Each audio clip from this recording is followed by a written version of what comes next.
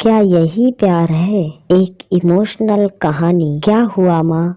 मैंने बेचैनी से माँ से पूछा। माँ खामोश रही, परंतु उसकी आंखों में झलकती मायूसी सब कुछ बयां कर रही थी। बेयकीनी से मैंने माँ को देखा और बाबूजी के कमरे की तरफ बढ़ गया। क्या हुआ बाबूजी? कहाँ? क्या कहा? उन्होंने कहा। मैंने बाबूजी के पैरों के पास बैठ गया। बस तुम जो चाहते थे वह हो गया ना? करवा दी ना मेरी बेइज्जती? और कोई कसर बाकी रह गई हो तो उसे भी पूरा कर ले। बाबूजी की आवाज में दुख और नाराजगी साफ झलक रही थी। कहाँ? क्या उन्होंने? मैं पूरी बात सुनना चाहता था।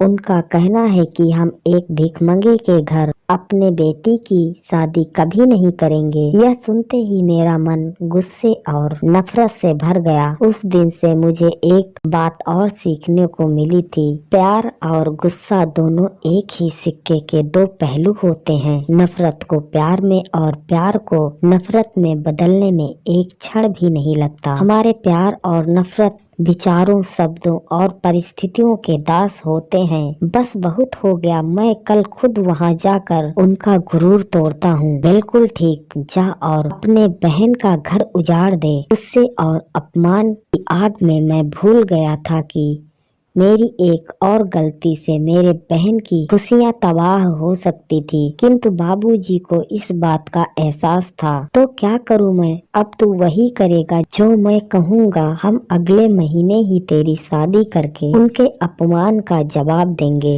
बाबूजी के सब्र का बांध टूट गया। नहीं, मैं किसी और से शादी नहीं कर सकता, कहकर मैं वहाँ से उठ गया। अगले 2-3 दिनों तक घर में इस बारे में कोई बात नहीं हुई। मुझे भी परिस्थिति की गंभीरता का एहसास था, इसीलिए मैं भी किसी तरह अपने दिल को समझाने की कोशिश कर रहा था। मुझे तो बस इसी बात की चिंता थी कि उस बेचारी लड़की पर क्या क्या बीत रही होगी।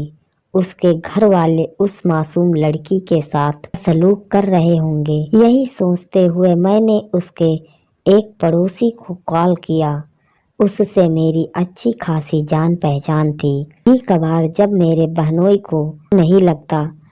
का फोन नहीं लगता तो मैं उसी के नंबर पर कॉल किया करता था। वह सलाम करने के बाद मैंने उसके घर वालों से बात करने की इच्छा जाहिर की। शायद किसी जरूरी काम में उलझे होने के कारण उससे अभी बात कराने में असमर्थता जाहिर की और अगले दिन बात कराने का वादा किया।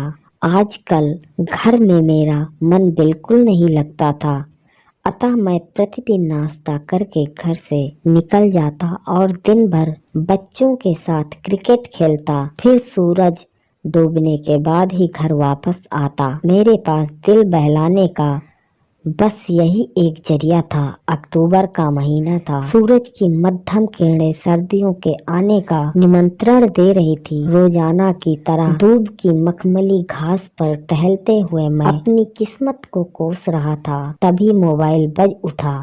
Hello hello hello.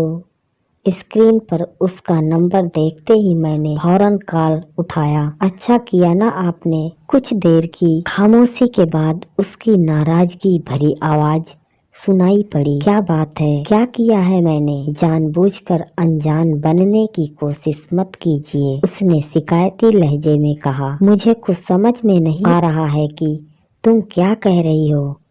आज पहली बार उसकी आवाज में प्यार और अपनापन की कमी महसूस हो रही थी। मैंने तो आपसे कहा था कि हमारे प्यार के बारे में कभी किसी और को मत बताइएगा, फिर आपने उस कमीने को क्यों बताया? उसने मेरे घर आकर सबके सामने मेरे इज्जत की धज्जियां उड़ा दी है। ओह, अब मुझे याद आया, कल रात मैंने उसके पड़ोसी से जो बात की थी वह उसी की बात कर रही थी, परंतु मैंने तो उसे खुद से कुछ नहीं बताया। उसे तो यह बात पहले ही कहीं से पता चल गया था कि वह कह रहा था कि मुझे पता चला है कि आपका उसके साथ चक्कर चल रहा है। फिर मैंने कहा कि नहीं, यह बात बिल्कुल गलत है, ऐसी कोई बात नहीं है। फिर उसने कहा, देखिए, झूठ मत बोलिए, मैं सब जानता हूँ। अगर आप मुझे अपना दुश्मन समझते हैं तो मत बताइए। मैं तो आपको अपना दोस्त समझता था, इसीलिए मैं सोच रहा था कि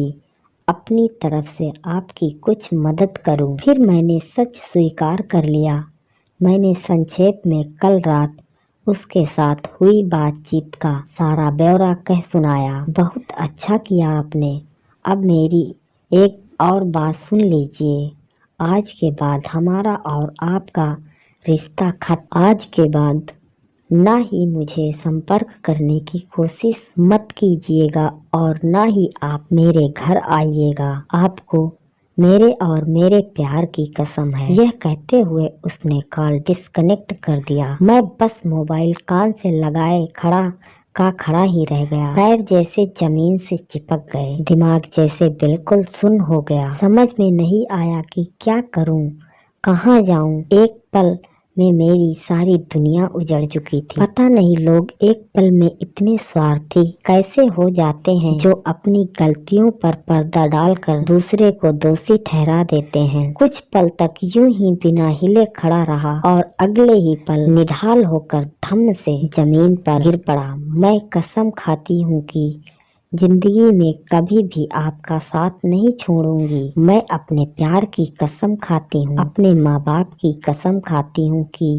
आपके सिवा किसी और से शादी नहीं करूंगी। कहीं बहुत दूर शून्य में उसकी आवाज गूंजती हुई सुनाई पड़ रही थी। अगले ही पल मेरी आंखों के सामने बीते हुए कल की सारी यादें किसी फिल्म की भांति घूमने लगी। यह मेरी दोस्त ने आपके लिए भेजा है। यह कहते हुए उसने मेरे हाथों में एक कागज का टुकड़ा थमाया और चलती बनी। मैं आश्चर्य से कभी उस कागज को तो कभी उसे जाते हुए देखता रहा। पलक झपकते ही वह अंधेरे में गायब हो गई। पता नहीं क्या है ये सोचते हुए मैंने उस कागज को खोला और मोबाइल का टॉर्च जलाया। उसमें एक लड़की की पासपोर्ट साइज फोटो थी और एक पत्र भी था। पता नहीं किसने और क्यों भेजा है। हैरानी का भाव लिए मैंने उस पत्र को पढ़ना शुरू किया। जैसे जैसे मैं पत्र पढ़ता गया मेरी उलझन भी बढ़ती गई। शायद मेरे बहन के ससुराल की ही एक लड़की मुझे बिना देखे बिना जाने सालों से प्यार करती थी। सिर्फ प्यार ही नहीं करती थी बल्कि वह मुझे अपना पति भी मान चुकी थी। उसने ये भी लिखा था कि अगर मैंने उसका प्रेम स्वीकार नहीं किया तो वो जहर खाकर आत्महत्या कर लेगी। दूध का जला छाछ भी फूंक फूंक कर पीता है। मैं तो पहले से ही अधूरे प्रेम की आग में जल रहा था।